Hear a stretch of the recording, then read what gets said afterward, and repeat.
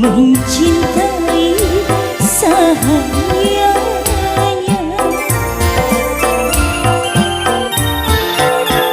seumpama seorang raja mencintai sahayanya, walau dia ku cinta,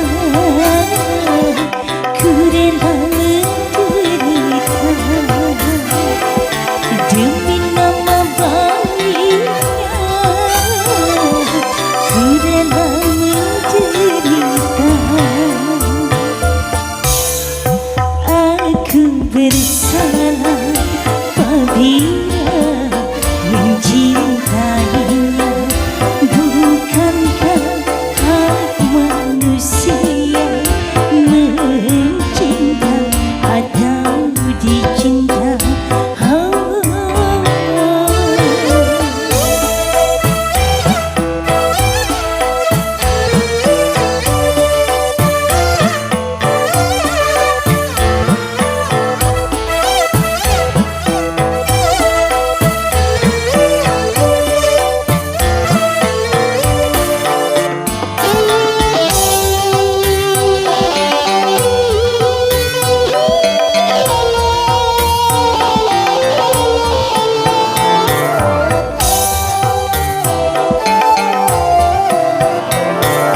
Kagumi pribadinya, mencintai sahayanya,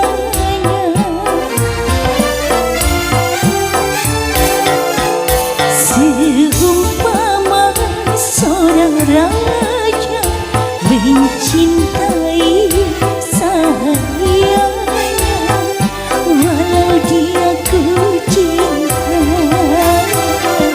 ku rela melepasnya demi nama baiknya, ku rela menderita. Apakah aku bersalah apabila mencintainya?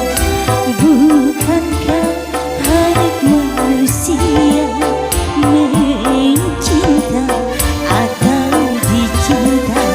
Setelah saling meminta, ku kira jadi bahagia. Ternyata indahnya cinta berubah jadi derita. Apakah aku bersalah